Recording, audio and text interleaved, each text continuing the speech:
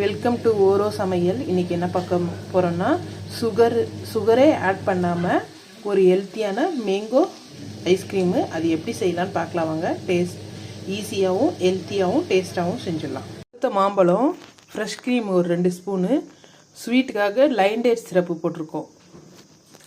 இது ஸ்வீட்லெஸ் கோவா. இது எல்லாமே நல்லா நைஸாக அரைச்சிக்கலாம். இப்போ கொஞ்சமாக காய்ச்சின பால்.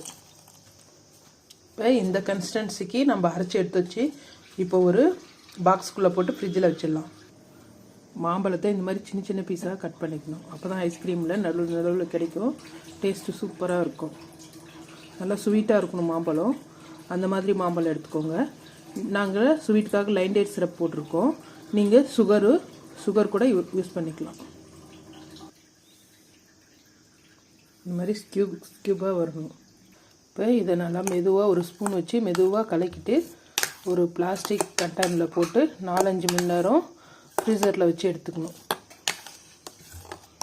இந்த கன்சிஸ்டன்சி இருக்கணும். நல்ல திக்கான பிளாஸ்டிக் டப்பாவில் போட்டு 4-5 மணி நேரம் ஃப்ரீசரில் வச்சிடலாம். செட் பண்ண ஐஸ்கிரீமு சூப்பராக ரெடி ஆகிடுச்சு. டேஸ்ட்டு ரொம்ப எம்மியாக இருக்குது.